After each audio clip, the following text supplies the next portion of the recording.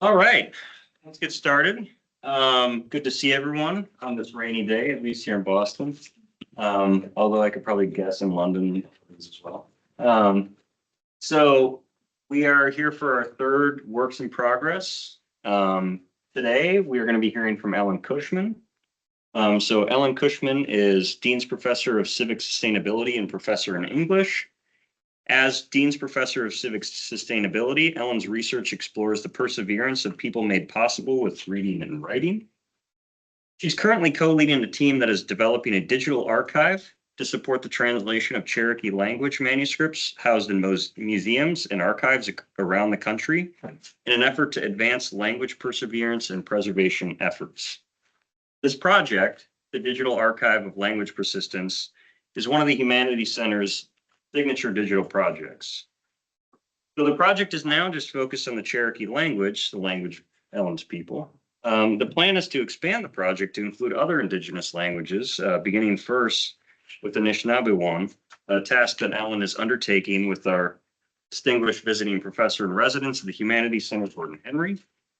I'll say on a personal note that I find Ellen's work inspiring and crucially important at a time where Indigenous peoples all over the world are experiencing threats to their sovereignty and attempts to undercut their attempts at cultural resurgence. So today, Ellen is going to speak about her book project, Storywork is Unsettling Knowledge, which builds off her work in the Digital Archive of Language Persistence.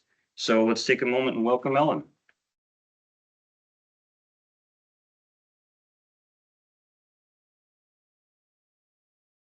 For that lovely introduction. Welcome, everybody. It's lovely to see you. Every community owes its existence and strength to the generations before them who contributed their hopes, dreams, and energy to making history that led to this moment. Truth and acknowledgement are critical in building mutual respect and connections across all barriers of heritage and difference.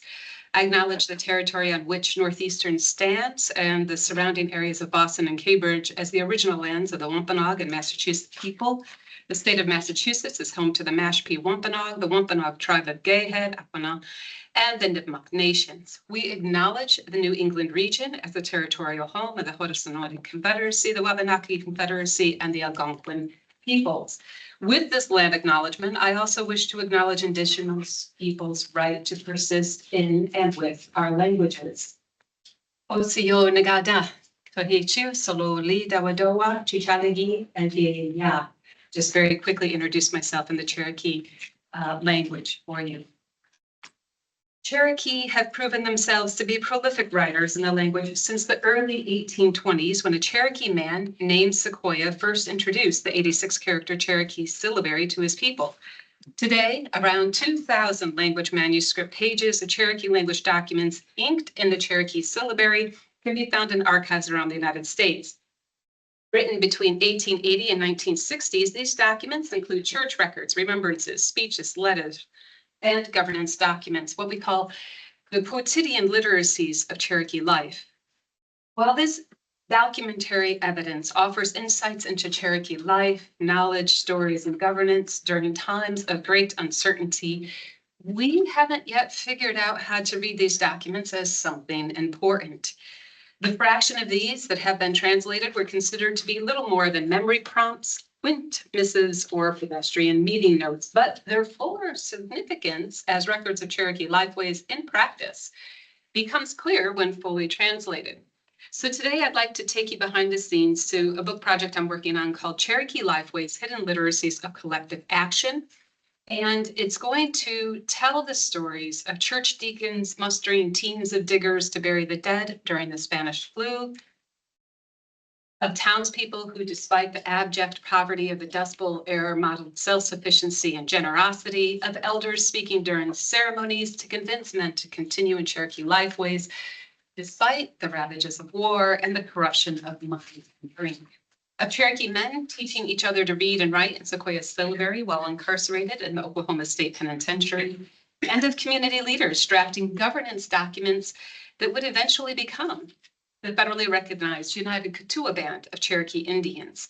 When fully translated, Cherokee peoples applied philosophy of collective action is writ large in these documents. So today, a very quick overview of the book project, and I'll describe a few of the concepts and methods. And then I'll share some initial findings relating to storywork as knowing, relating, and unsettling knowledge. I'll discuss the work of story and suggest what's next with the project. And I'd also like you to hear from an elder, which I'll probably summarize more so than try to play as a video, but just know that it's a really great audio clip. Prior to coming, so a little bit more about the origin story of the project. Let me start there. Prior to coming to Northeastern in 2015, I worked with our own Professor Gordon Henry to imagine an archive where Indigenous people could persist in reading, writing, speaking, and listening in our languages, using archival holdings to prompt our practices. And we created just the initial designs and workflows that we might use for such a big dream, something that didn't really even exist at the time. When I accepted a position at Northeastern in 2015, I began leading a team of Cherokee language speakers, translators, educators, and learners, linguists and Northeastern students, librarians, and archivists, as we developed a digital archive housed in Northeastern University Library's Digital Scholarship Group, and under, as Getty mentioned, the Humanities Center signature projects. We've enjoyed quite a bit of wonderful support from a variety of people. Let me get to that very quickly for you. Right now, we translate these gorgeous Cherokee language documents that you see written here in the Cherokee syllabary with a team of individuals from across the 3 federally recognized Cherokee nations, including my own, the United Kituwa Band of Cherokee Indians, and the Eastern Band of Cherokee Indians. My book in progress draws from an analysis today, we're going to talk a little bit about this, of just 32 of Willie Jumper's stories that you can find under this particular collection. If you go to our DELP site, which is delp.northeastern.edu, a QR code if you'd like to use it. And there you'll find a couple of collections, or at least one collection that we've published so far, Cherokee's Writing the Kituwa Way. If you navigate to the Stories tab, you'll find the stories that I've analyzed for the talk today. Those stories are the basis of kind of a middle chapter of the book. Okay, so quite a bit of things to keep in mind here as I move forward. But just to know, the language analysis has already been done on the book. The book itself and the project itself has enjoyed tremendous support from the National Endowment of Humanities.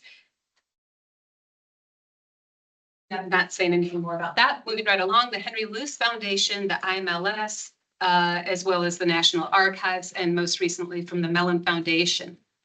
Taken together, Cherokee Lifeways Hidden Literacies of Collective Action will include analysis of 187 manuscript pages, letters, speeches, remembrances, stories, governance documents, all of which will be available on the DELP site in 2, count them, 2 digital edited collections, both of which were supported by the National Archives.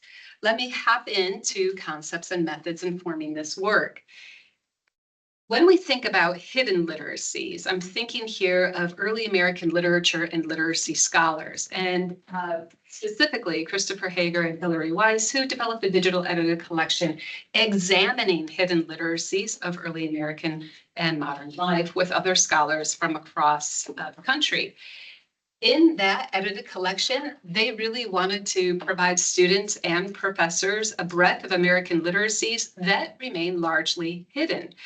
But in doing so, they really troubled the idea of why something was hidden in the first place. Why are all these documents hidden away? Who were they hidden from? And by whom? And for what purpose?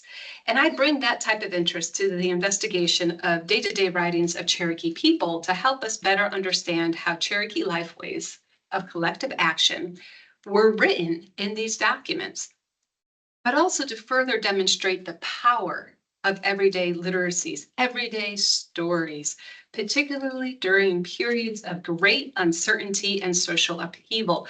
Methodologically, I approach my ethnohistorical research with emphasis on decolonial methods and praxis. Thinking here of Tua Smith and many other Indigenous scholars who have fully developed these decolonial methodologies.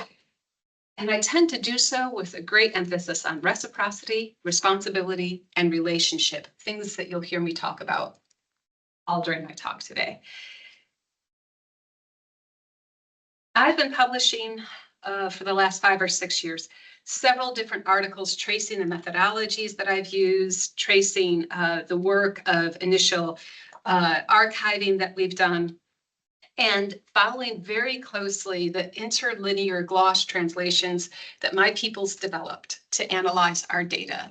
All of these are in articles leading up to this book. I had to get several questions answered before I could even write this book for you and others. So moving right along, I want to point out that to create any of our translations using decolonial methodologies, we've worked with teams of 30 plus Cherokee speakers, readers, writers, and teachers. And we were donated 100 translations from Ernestine Berry, director of the John Hare Cultural Resource Center and Museum, who kindly shared all of the free translations that are the basis of our work today. So what is it that we want to talk to you about today? We, plural. Like how I have all my ancestors standing behind me? Yeah, I do. And all of the people that have worked on this project with me, right here with me. There are things that we want to tell you about in terms of storytelling as an activist intervention in the work of many scholars seeking to decolonize methodologies. We want to underscore the fact that stories convey our origins.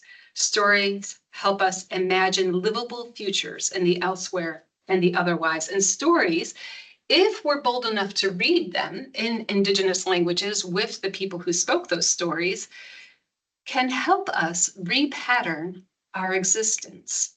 In these ways, stories provide the epistemic link pin between the minutiae of everyday language use to large-scale collective action. So we work from the very small word level analysis and scope all the way up to collective action.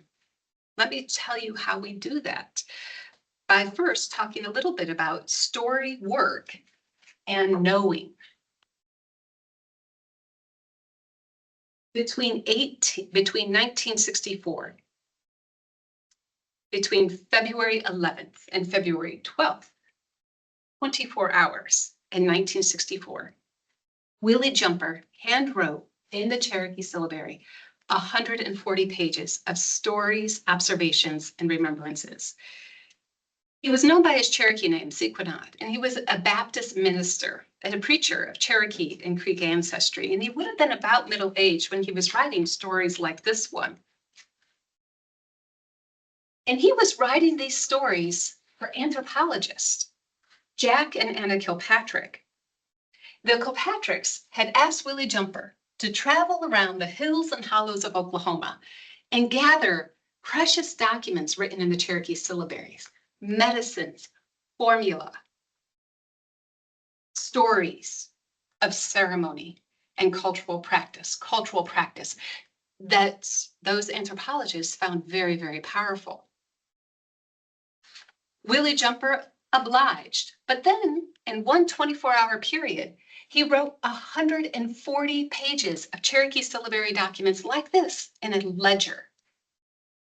And then he went on ahead and he said, hey, I want to tell you the story of the old-time Indian here, but I want to tell you several stories of old-time Indians and old-time Cherokees. And he compiled page after page after page of people that he knew and how they worked in day-to-day life and how they lived. And what he was doing there was story work. These share the wisdom of old-timer ways, perseverance during hardships, generosity, how they held down and told historical stories of each other, of their ancestors. And these can be read as documents and social documentations of Cherokee life in and on Cherokee terms. But to read these Cherokee syllabary documents as practices, as story work of Cherokee lifeways, we need an interpretive lens and a translation process that begins with Cherokee practices of making sense of the world through storytelling. And this is why story work and storytelling are the same thing. They are a day-to-day practice. How it is in our everyday life as Indigenous people, we carry forward our work. But he did something else here that was really, really fascinating. And here is where I want to tell you about this curious letter he wrote to the Kilpatricks, right on the inside cover that we've translated. And in that curious letter, he begins to gently nudge the Kilpatricks into understanding something a little bit more about why story work matters and why perhaps they should be moving beyond medicines, traditional formulas, this understanding of Indigenous as mystic that anthropologists were really excited to learn more about in the 1960s. No. Willie Jumper said, hey, what you need to pay attention to, and this is his letter to the Kilpatricks, what you need to pay attention to in these stories is how it is that people lived a long time ago, the story work of their lives. But to understand how this letter works and to understand this one word, excuse me, I wish I could point this out to you. The word here is udohi yuhi no, this word right here. And what it means and what this sentence reads is it was truly good to understand what they did long ago. Although these stories are a lot for some people to read, he writes, it is truly good to understand what they did long ago. And here he is. Remember how I told you he wrote this in a 24-hour period? You can see it written here at the very top where he uses Roman numerals, 1964 to the word for February 12th, 1964. So within 24 hours, he's writing 140 pages of stories that he wants the Kilpatricks to know about. Oh, that's really curious. Why? Why? Why tell the anthropologist that you're working for, hey, you need to pay attention to this and not these medicines? What's going on here? Think a little bit more deeply about the work of story. Here's where I'm going to splice a little bit and make a distinction for you. You'll notice earlier I was talking about story work and storytelling. Yeah? Okay. That's the practice of storytelling in day-to-day life, how we share knowledge, day-to-day life, how I convey understanding to you. Yeah? It's something that happened during that time or when elders are sitting with you telling you a story. Yeah? Storytelling as a practice. It's distinct from the work of story itself.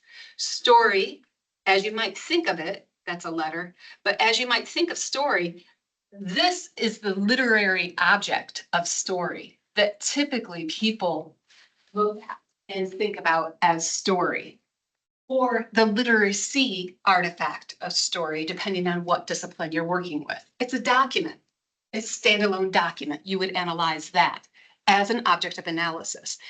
And what I'm saying actually is that there are social practices around these. Story work has you focusing on the social practices that continue all the way up to today.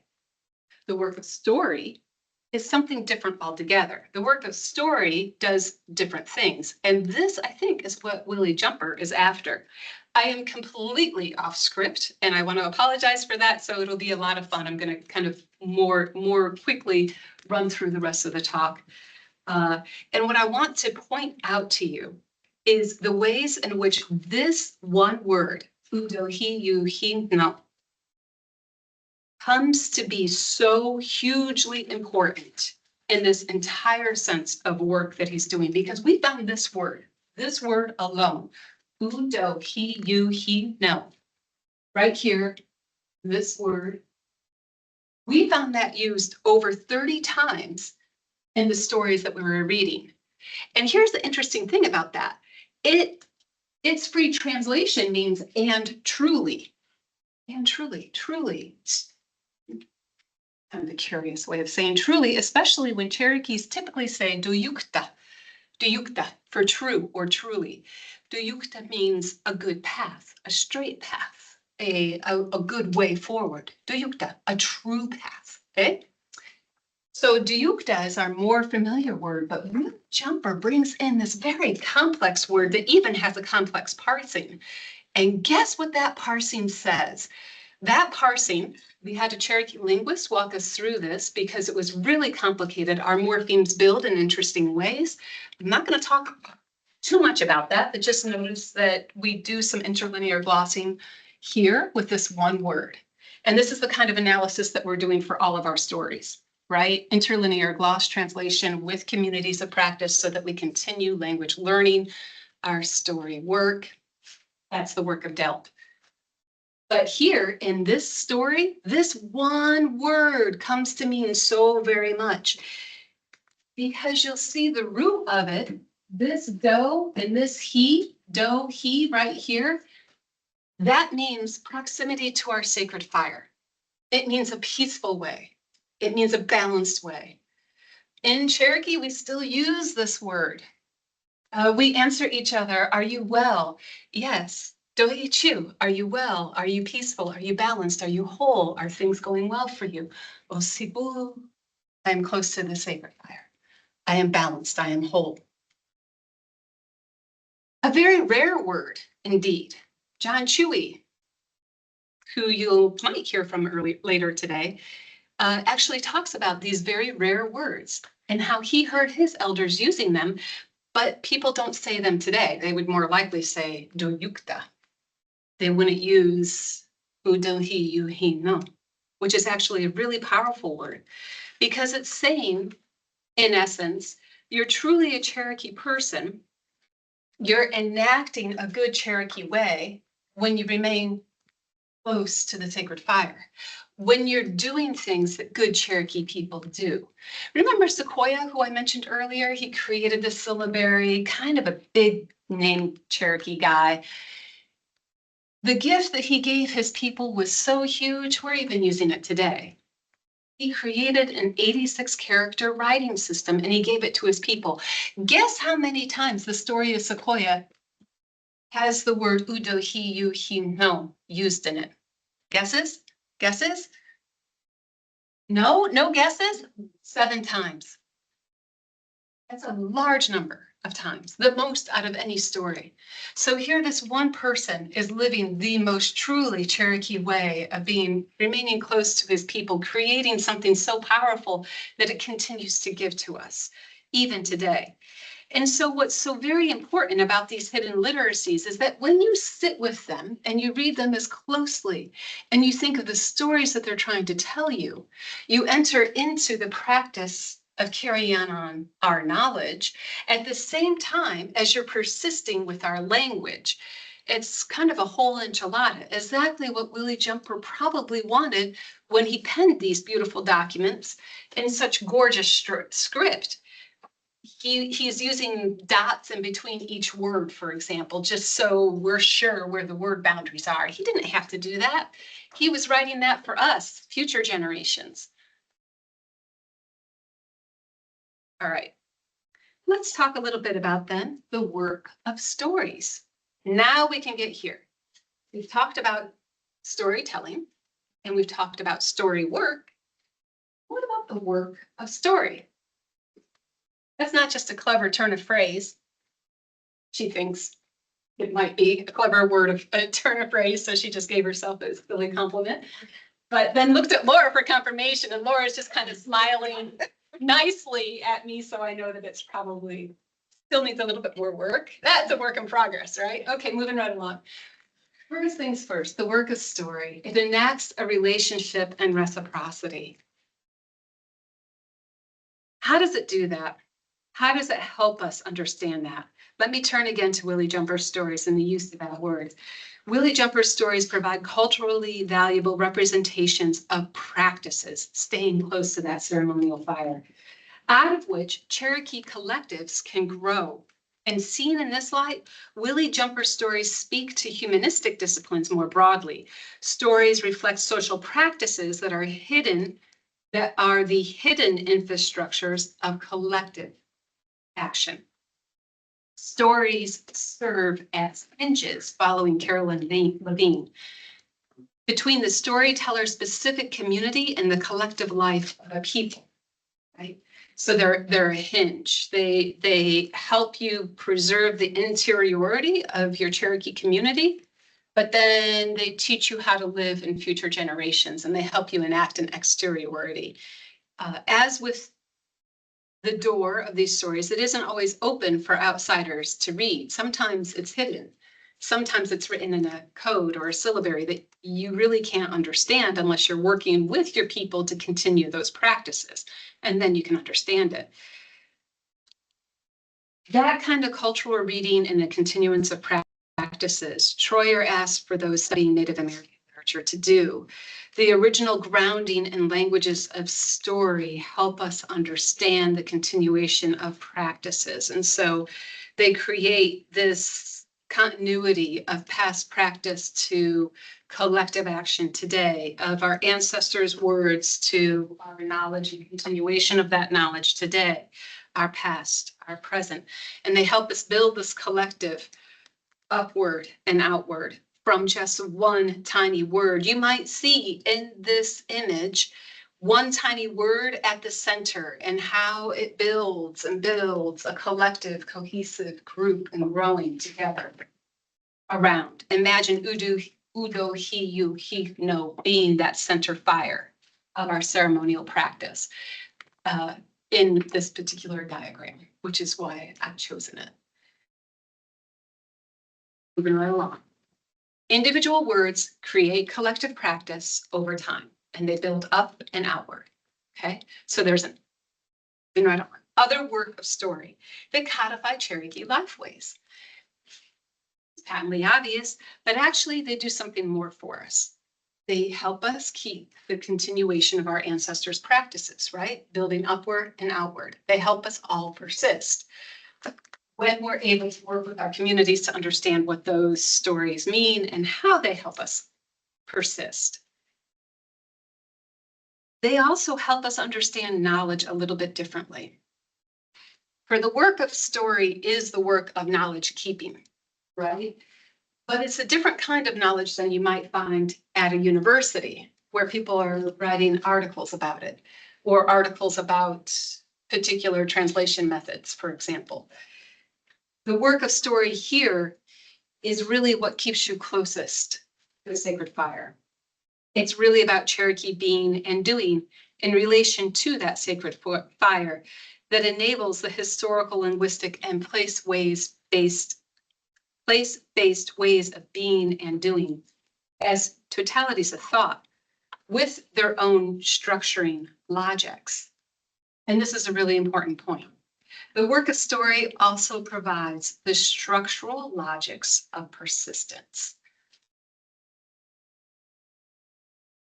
Sit on that one for a while. Let's just pause on that one. The structuring logics of persistence.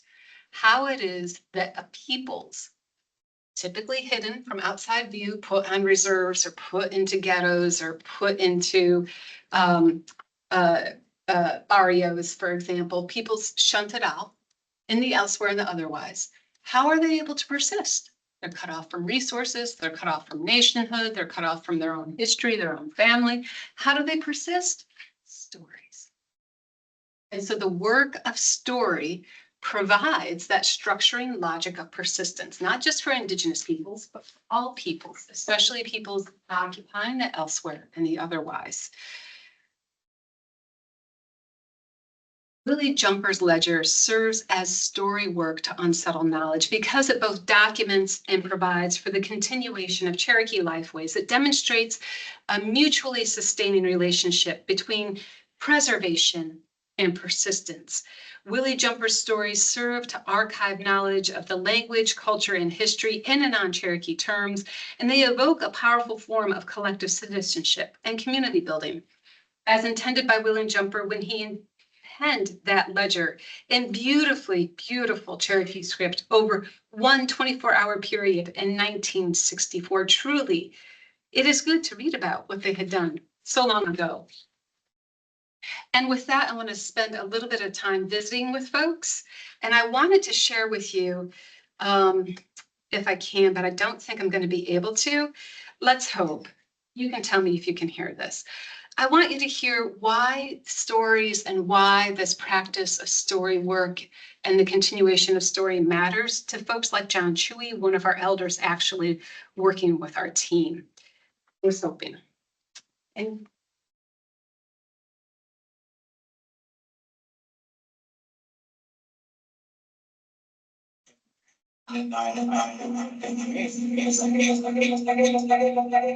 Just gonna go. okay, no problem. So John Chewy tells an understanding of how he hadn't heard these words before from the people that he used to speak with, his elders. When he was very young, he is a first language speaker of Cherokee, a very rare kind of person these days who wasn't. He was impacted by the boarding schools and then by the military. And then he joined the American Indian movement in the 60s and 70s. It's a very interesting person. And yet he still speaks Cherokee. And as he started reading these Willie Jumper stories, he started hearing words that his grandparents had used when he was talking to them as a young boy. And he said that I'd never seen these words written, he says, but I get to hear my ancestors' voice in these words being spoken again. And then he mentions this very story that I pointed out to you earlier. And he said, in that story, there's a farmer, the old timer Indian, who grows so much food and dries it and keeps it over the winter so that when anybody gets hungry nearby him, they can just hand out food. And so for many winters, he sustained all of the families around him with the food that he was growing. And John says it's particularly good to hear about how the old people followed Katua ways.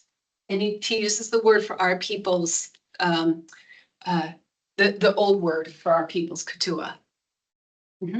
And so it's a really beautiful quote of him talking about why it was so important to translate Willie Jumper stories. You see, we come full circle. You understand how translation today, working with these documents, working with language persistence, help us continue Cherokee lifeways. And then you get to see on the other side, the product of our translations, which you can do secondary analysis on, as I'm doing now, in trying to write Cherokee lifeways, hidden literacies of collective action. Thanks all so very much for your time today.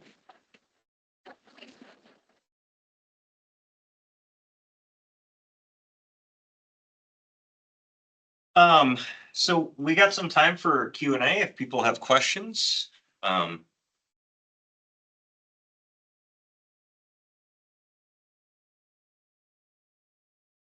hush fell over the crowd. And Shireen. Can we unmute Shireen? See Julia also. Julia?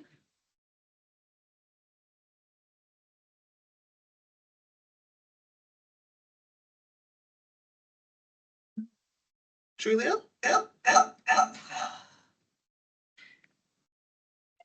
Can we unmute Julia or can Julia? There's I'm Julia. unmuted. I just wanted to see if Shireen wanted to go first. Oh, you can go ahead, Julia.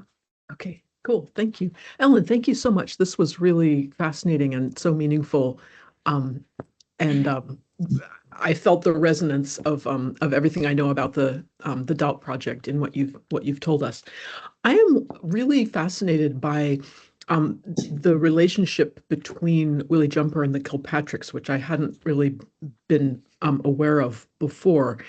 And in particular, I feel as though there's an element of important reciprocity that they may not have anticipated, that the Kilpatricks may not have anticipated, or perhaps they did.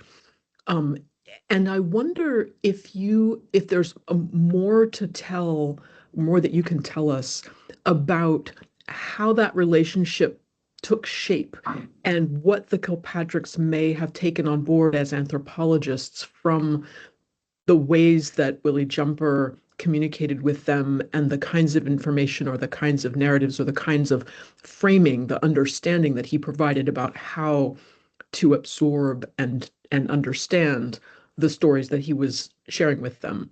Did the Kilpatricks kind of present a sort of a Teflon anthropological surface, or do you have a sense that their practice evolved at all? I'd love to know more about that. That's such a great question, Julia, and thank you for that. It's a very sensitive question as well, because it does point to the ways in which the Kilpatricks were themselves Indigenous. And Anna was a Cherokee speaker and a Cherokee woman, and Jack was Cherokee and Creek. So they were also ethnomusicologists, and they had a very wide range of things that they were working on. But they had won an NSF grant for the preservation of languages and documentation. And so they were collecting these things that they thought would help our peoples persist. And they gave them all to their son, Alan Kilpatrick, who was also an American Studies scholar and an Indigenous scholar, who wrote some other pieces after that in American Studies.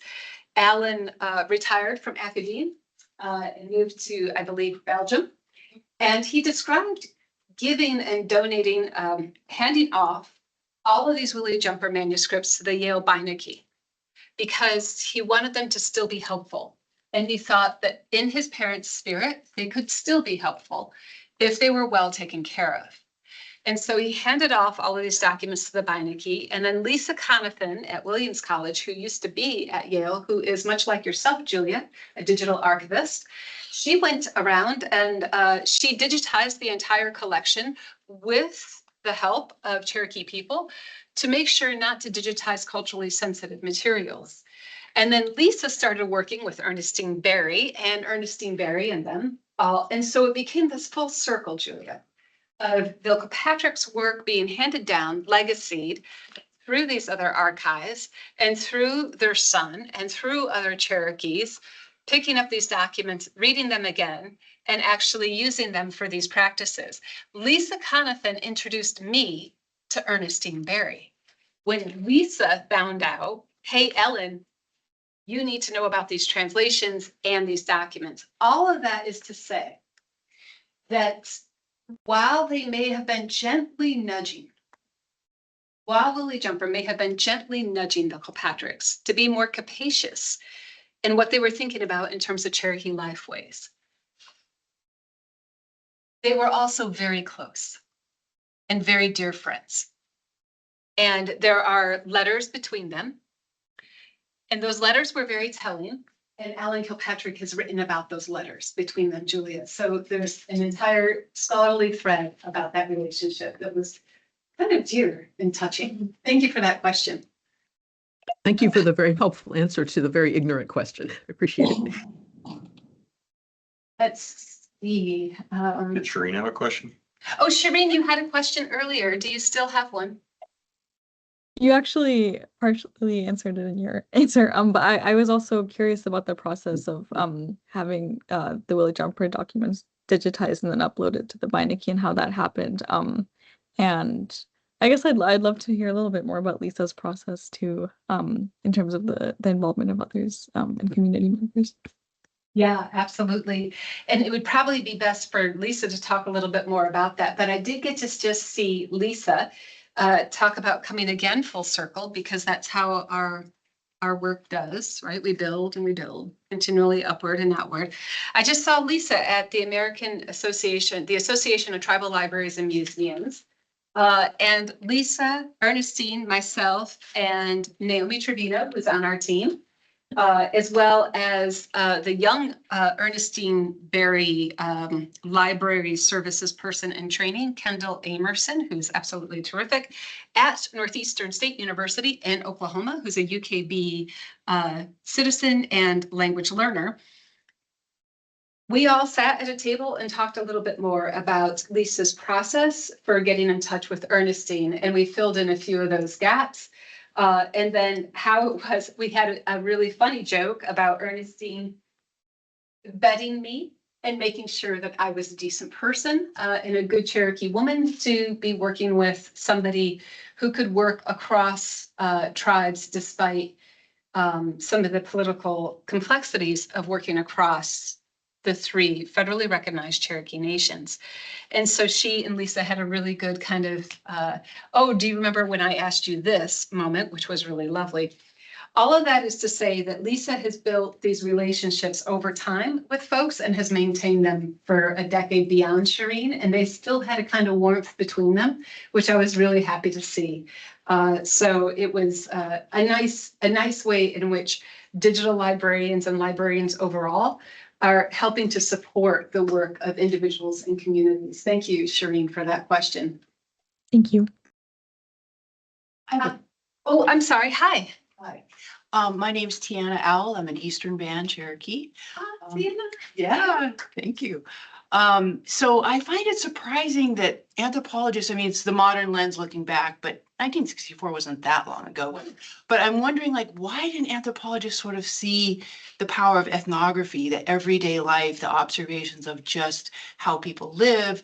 Why wasn't that sort of more instituted in their recording and their studies? Because I think, like you pointed out with Willie Jumper and also with my family, they understood that the time that they were living in, and it spanned from Yonaguska all the way to my grandfather, Frel Owl, they understood that the way that they were having to live, that was sort of, you know, the confluence of cultures imposed on them, that was a significant thing that they were experiencing. And they understood the relevance of what they were going through in their daily life. And my grandfather documented, and I'm the inheritor of that, which feels both like a real honor and sort of like a ticking clock, because when you have, like you said, you inherit these things and then you have the obligation to do something with them. He documented from Cherokee boarding school all the way through the end of his life. And he went through Hampton Technical School. He went through Phillips Andover. He went through Dartmouth.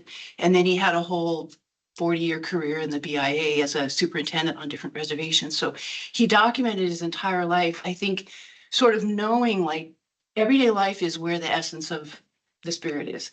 And so, you know, and he did his own writing as well, but I think to try to put that all together into something is, you know, overwhelming, but I think there's some value in it. I don't know how to think about it yet exactly, like, why should a history like this be relevant now? But I'm working on that. I'm in the process of it. So I guess I don't have a question. I just wanted to share with you. Oh, but let's be in touch, though. I'd really like to, at the very least, follow and hear more about your work and what you're learning and help in any way that I can. Absolutely. And I'd imagine that we might have other folks in the library here as well who would be interested. Are you here at I'm Northeastern? in Boston. No, I'm an independent research writer. Good, good, good. Well, we'll be in touch, I hope, and we'll share some contact information, okay? Yeah. And those stories actually of how somebody perseveres through boarding schools and becomes institutionalized and able to do the good work with other Native peoples through the BIA, hugely important to tell and share out, because so much of the work that we've done, well, I have a story for you on the other side. But I won't talk about it too much right now. It really involves those of us who are in institutions like this, finding ways to share out and finding ways to share forward and bringing people together and gather them. Gordon, I didn't get to tell too much about how we started this process. So if you ever want to just jump in. There is also another question online. I just, Jeremy, go for it. Hi, I love this talk. Beautiful, and thank you so much. It's the first time I've heard stories and story work theorized, and I'm realizing I need to learn more about this. Not least because I'm involved in a storytelling project here on the West Coast, and so yeah, partly I'm really looking forward to the book project, and I also, maybe before the book comes out, I'd love to get some more references from you for help thinking through the work of story. But I was hoping you could just comment briefly on some of the tensions, potential tensions between perseverance and preservation. And, you know, I guess what I'm experiencing in my work, sometimes it seems like stories come from, you know, they reflect cultural memory, which reflects experience, and sometimes it feels like the stories are kind of a shadow that experience, and in my own in the context of my own project, the stories that are being told, there's no way for the young people who are hearing those stories to actually live them, because the fish are gone from the streams and from the lake, and the landscape has changed.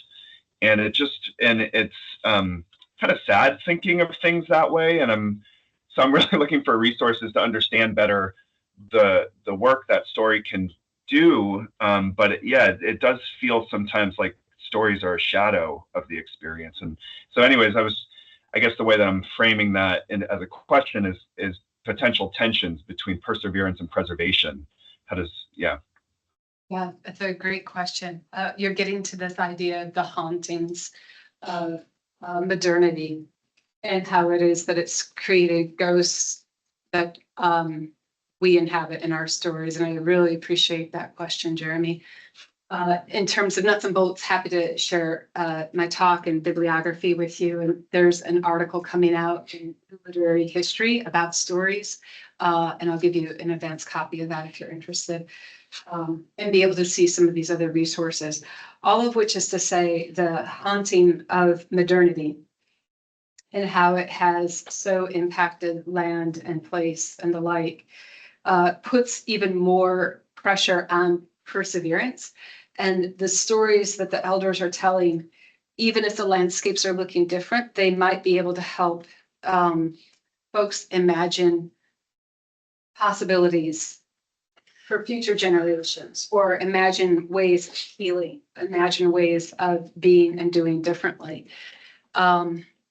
Here again, I'm thinking of the work that Gordon does, because the storytelling that you do is really very much of a healing process for people haunted by the modernist legacies of thought that have so decimated landscapes and water. And so I don't have a good answer for you, except a glimmer of hope. That tension between perseverance and persistence, it's always going to be there. And preservation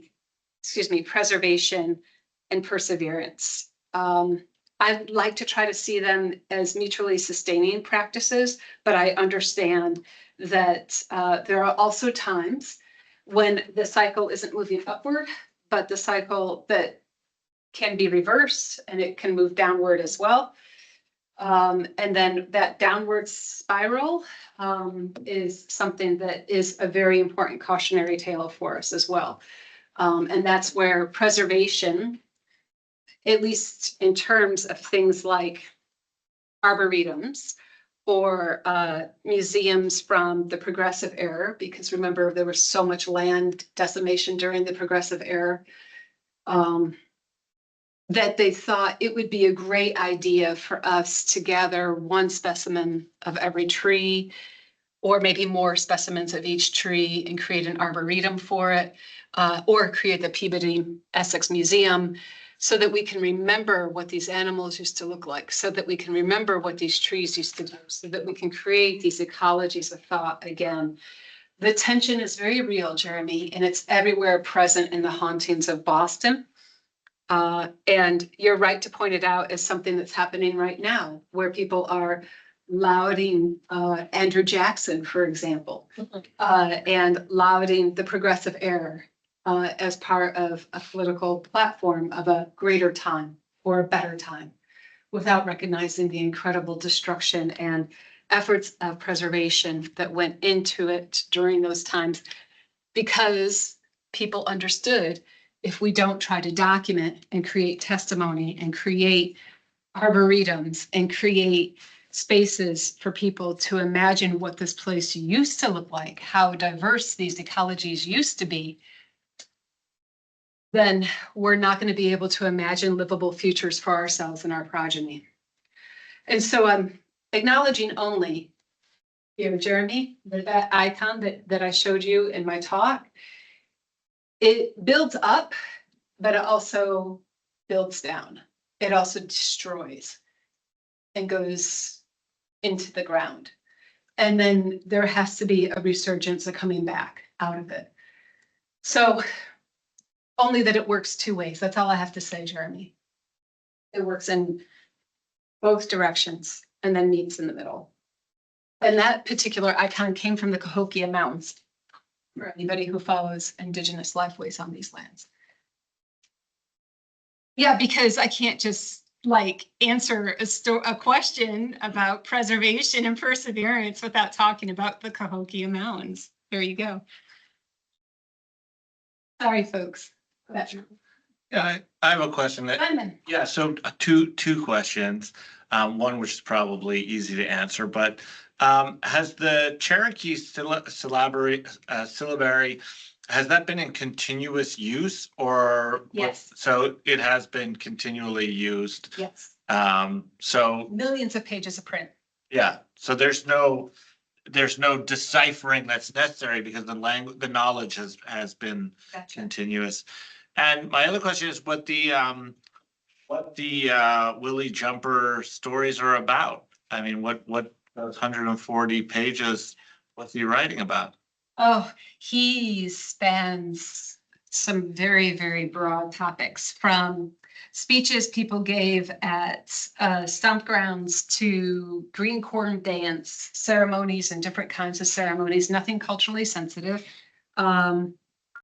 to remembrances of individuals. And there are dozens and dozens and dozens of those, to small anecdotal stories about historical events, to the ways in which individuals would tell him a story, and then he would write that and then say, this person told me this story at this point, and then share the story. So there's at least 2 of these documents that have 6 or 7 stories within stories. Yay!